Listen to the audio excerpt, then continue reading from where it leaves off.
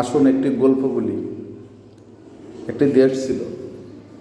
সেই দেশের মধ্যে আমি অনেক আবেগী কয়েকটি কথাবার্তা বলার পরে আমাকে বড় একটা উপদেষ্টার মর্যাদা দিয়ে দেশে একটি পদ দেওয়া হয়।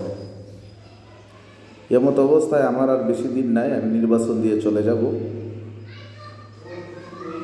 এই সময় আমি দেখি যে মোবাইলের যদি ট্যাক্স বেট বাড়ানো হয় তাহলে আমার পকেটে কিছু টাকা আসবে। টাকাটা আসলে কীভাবে আসবে এটাই হচ্ছে গুরুত্বপূর্ণ। 2-3টি কোম্পানি দেখলাম আমার এই দেশে আছে। বাস্তবতা হলো এই 2-3টি কোম্পানি আমাকে প্রথম বলেছিল, তারা আমাকে বলেছিল যে আপনারা তো আর কয়েক মাস চলেই যাবেন, তাই আপনাকে আমি এত কোটি টাকা দেব, বিনিময়ে আপনারা বিদেশ থেকে যে মোবাইলগুলো আসবে সেই মোবাইলগুলোর মধ্যে আপনারা 60-70% ট্যাক্স বসাই দেন। আমি বললাম পরের যে সরকার গঠন হবে তারা যদি এটি বন্ধ করে দেয়, সেই কোম্পানিগুলো এসে বলল আরে তারা বন্ধ করবে কীভাবে, তারা তো প্রতি মাসে মাসে বড় অঙ্কের একটা ট্যাক্স পাবে। ট্যাক্স পেতে পেতে এমন একটা অভ্যাস হবে তখন আর বন্ধ করলে দেখবে যে এই ট্যাক্স পাইতেছে না, তাই তারা বই বন্ধ করবে না।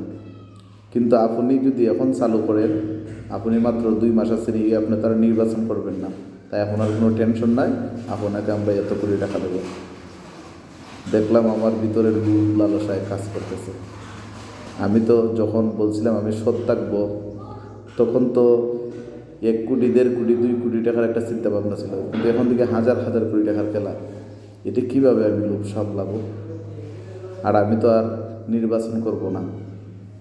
আমি তাদেরকে আবার বললাম তাহলে আমাদেরকে না দিয়ে যারা নির্বাচিত হবে তাদেরকে এই কথা বললেই তো হতো।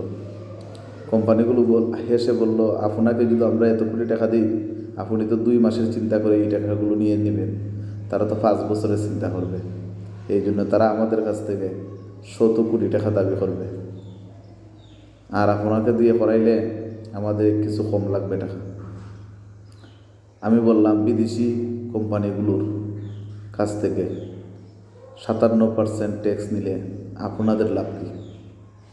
তারা মুচকি হেসে বলল যে দেখেন, যদি বিদেশি কোম্পানিগুলো আপনাদেরকে এইভাবে ট্যাক্স দেয় তাহলে পাবলিক এত দাম দিয়ে তাদের সেট কিনবে না, আমাদের সেটগুলো আর 1-2 হাজার টাকা কমিয়ে দিয়ে দেব, আর পণ্যের গায়ে লেখা দেব মেড ইন আমার দেশ। যেহেতু মেড ইন আমার দেশ থাকবে, মানুষের একটি আবেগে নিয়ে নেবে। তখন আমি বললাম মেড ইন আমার দেশ থাকবে ঠিক আছে, কিন্তু আপনারা তো আসলে আমাদের দেশের না, পুরোটাই তো বিদেশি কোম্পানি। আরে বাদ দেন তো, আপনি এই দেশকে আবেগ দিয়েই চালানো যায়, কোনো সমস্যা নাই। আপনি ট্যাক্স বাড়িয়ে দেন তাদেরকে, যাতে এই দেশে মোবাইল কেউ না আনতে পারে। এমনকি বিদেশ থেকে যারা হাতে করে মোবাইল আনবে তাদেরটার মাঝেও ট্যাক্স বসিয়ে দেন, দেখবেন আপনাদেরও লাভ হবে, আপনার পকেটও গরম হবে।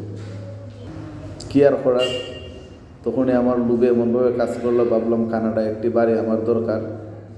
যেহেতু নির্বাচনের পর আমি এই দেশে আর থাকবো না, চলে যাব, তাই রাজি হয়ে গেলাম। সরি আমার স্টুডেন্টগুলো।